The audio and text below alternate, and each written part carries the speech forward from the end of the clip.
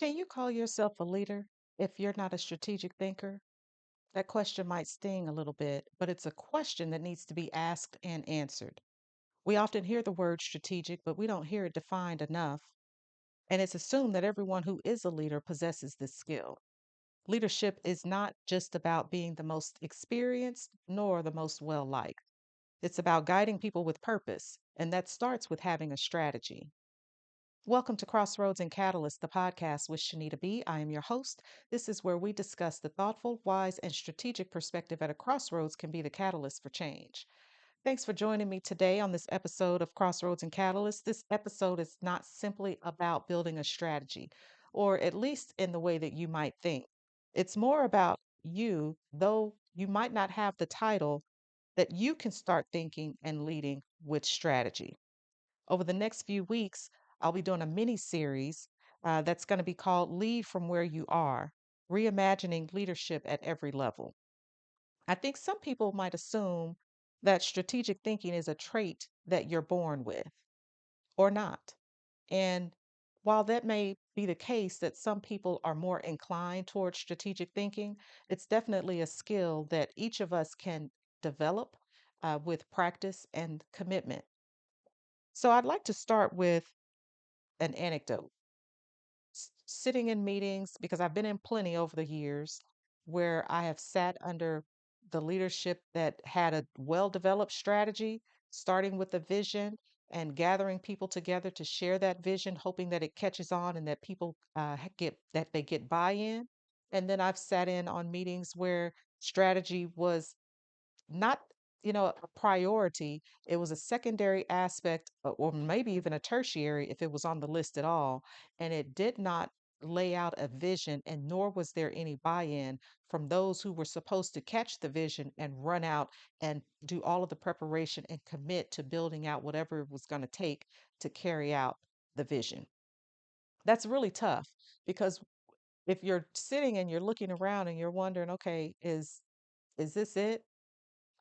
You're reading through whatever documentation might have been provided, if any, and you're wondering, okay, well, what exactly does this mean?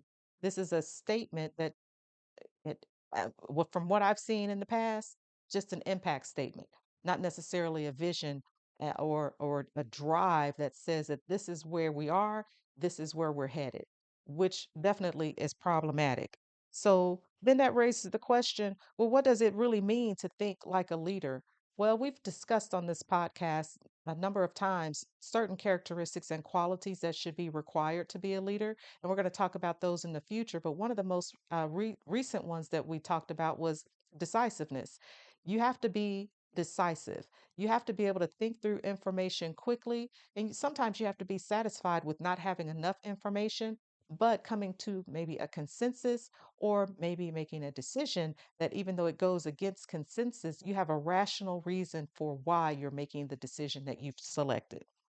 So we're going to start with defining what strategy is because over the years I've heard the word many times and I think that it has meant different things to different people. So for today's purpose and context, we're going to define strategy as a roadmap that aligns vision, resources, and action. And by vision, it's starting with this is where we are today, this is going to be our future state. And then the resources, you got to deploy the resources that are going to help you get where you need to go.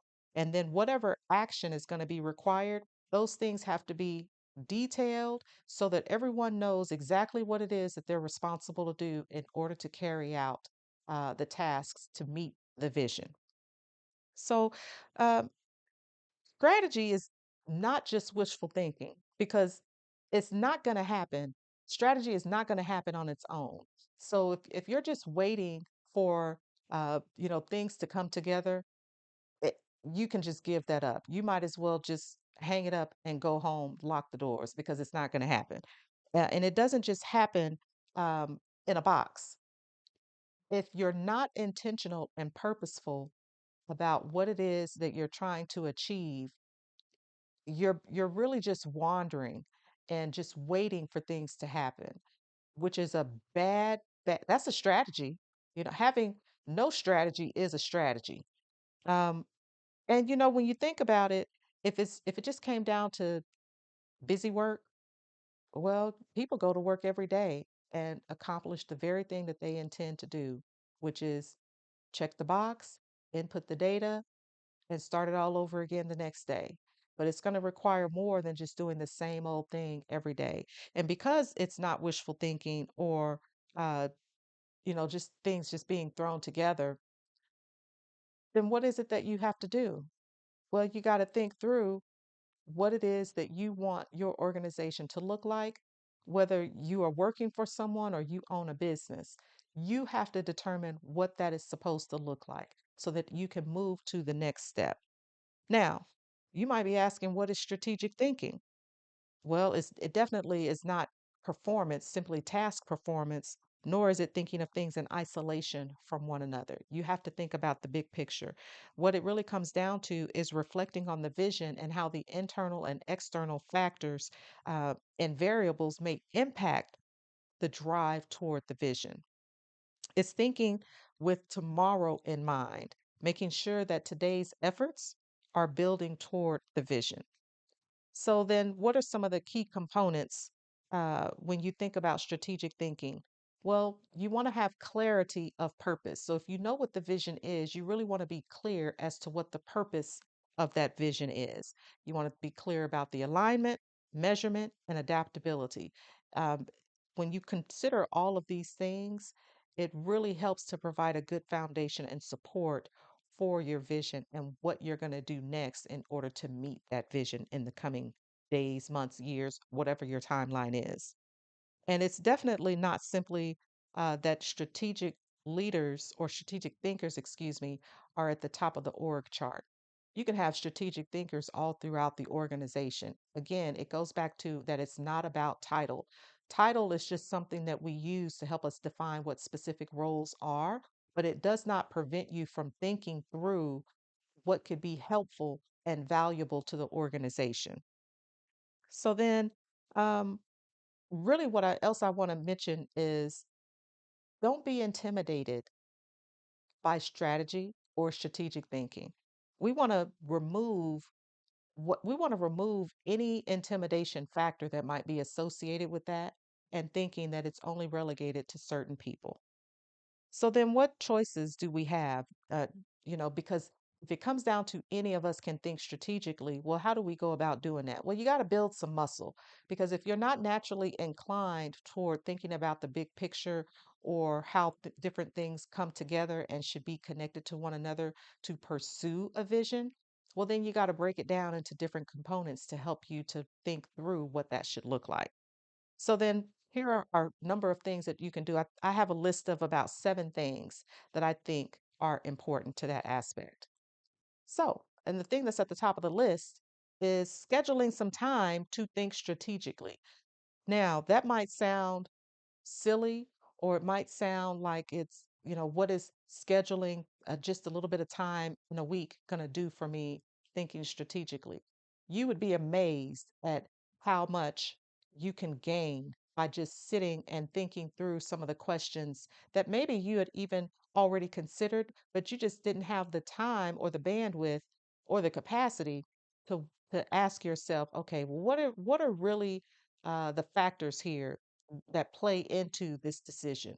Why do we need this? Or can we use something else? Whatever the questions are, if you have enough time to actually sit down and consider it, it'll go a long way. And I actually have to do this on a regular basis, especially if you're at the top of the org chart or near the top of the org chart and your time becomes more encumbered by meetings because again most of us have meeting fatigue because we're sitting in so many meetings that you're number one tired of meetings, number two you don't have time to decompress from the meetings, and number three you don't even have time to really focus on some of the other work that you might need to do that will help to push the organization toward its vision. So schedule the time. Give your team time. If you're the one who is the leader, give them time to think through some of the things that they're encountering and have some opportunity to really ask themselves some good questions that they may find beneficial and be able to contribute better recommendations in the future. Number two, ask better questions. You want to shift your mind from what needs to be done to what are we really trying to solve. If you understand that you're trying to solve a problem and you know what that question is, it'll lead you to more questions that will hopefully get you to a place where you can provide some recommendations that will be truly beneficial not only to yourself, but provide some clarity to your team if you have one, or those leaders who you report to. Number three, collaborate with others. It is so important that you take the time to talk to other people so that you can brainstorm together. Share your ideas, let them share their ideas, answer the questions. Well, will it work? Why won't it work? Why will it work? Well, what happens if we do this and A, B, or C occur? Collaborating with others really does help to get the juices flowing, for lack of a better terminology, because it's so good to be able to bounce that feedback off of other people. And it really will help you maybe to potentially recall some things that you might have thought of in the past, but maybe just kind of cast it to the side because maybe the circumstances were different at an earlier time. There's a lot of benefit to doing that. Number four, zoom out before you zoom in. And ultimately, what that means is take a step back and look at the bigger picture. Because if you start with the details, okay, well, the details might be worked out, but what else does that impact if you're only looking at the minor rather than the major? So that's why it's important to understand what does the overall state of things look like at this point. Number five, think reflectively about what can impact the strategy by using a SWOT analysis or even the PESTLE framework. Now, a SWOT analysis is simply strengths, weaknesses, opportunities, and threats. So you're looking at all of these different things within your organization to understand, where are you strong? Well, where are there some opportunities for improvement? Where are there some opportunities that from an external perspective that we would be able to impact? And what about some threats? Are there new competitors within the market? Are there some changes that are taking place that would impact us? And the PESTLE framework is pretty much along the same lines. Now, PESTLE is just an acronym. It's PESTLE. P being political, E being environmental, S being social, T being technological, L is legal, and E is economic. I think I got those out of order in some way, but that's okay. PESTLE. So if you look at all of the different factors that impact what it is that you do for your business or your company, and um, look at those different factors or categories and see, okay, well, what is it that's going to impact my business the most? This is our vision. Which one of these, and within those categories, how do we fit our vision into that to help us to better understand what it is that we need to look for, what actions we might need to take to move forward, who we might need to get in contact with within the organization and external to the organization. There's so many things that you can use to help you to better understand where it is for your current state and what your future state should look like and how you can navigate those. Number six, be flexible. Anytime you have already defined what your vision is and you're more clearly developing the strategy to move forward with the vision, you're going to have to know ahead of time that you need to be flexible. And by being flexible, recognizing that once the vision and the strategy meet with reality, there are going to be some changes that you're going to have to make, and you have to be pretty agile in some circumstances because the environment changes extremely quickly, whether it's with the election of a new president or a new governor, perhaps, or even sometimes it comes down to what's taking place at the local level with your mayors. All of these things impact how your business moves forward, and you don't want to be so rigid to where you can't make quick changes and not be able to continue to move toward your vision. And then number seven, connect the dots. You want to pay attention to how your work influences other parts of the organization or the mission. Again, all of these things work together. And if you're constantly looking at things in isolation from another, then you may have situations where you're actually doing damage rather than helping the organization to move toward its vision. Now, you know, these ideas, these are just a few. There are so many other things that you can do to really build up your strategic thinking muscles, but it starts with just taking a couple of these things from the list. If seven feels too overwhelming, start with just a couple, but you really want to start somewhere so that you can show others that you have you have the skill to think strategically. You have the ability, and that what you bring to the table is just as valuable as someone who might have the title or even a higher title. So begin to think through some of these things that I've just listed here that would be able to help you to move forward in developing that skill set of strategic thinking. Because again, there are a lot of job descriptions out there that list strategic thinking and the ability to strategize. And because it's listed on so many different job descriptions, you want to have a really good grasp of what that looks like for you. You want to come up with examples even. And as you work through this process, if this is not something that is a particular aspect of what you're doing now, you'll be better prepared to answer those types of questions when it comes down to, are you a strategic thinker? Can you give us examples of how you've participated in strategy? Because sometimes it can be a little obscure and vague. And again, we want to remove not only the intimidation factor of what strategy and strategic thinking are, but we want to remove the obscurity that might come along with that as well. So then I want you to recognize that strategic thinking is a mindset, and it's not simply a job title. And it's not simply a job description, because you have organizations that have whole departments dedicated to strategic thinking. And some of us wonder, well, is there any strategy going on or strategic thinking that's going on? Because we're not seeing it. And it can be a very slow process.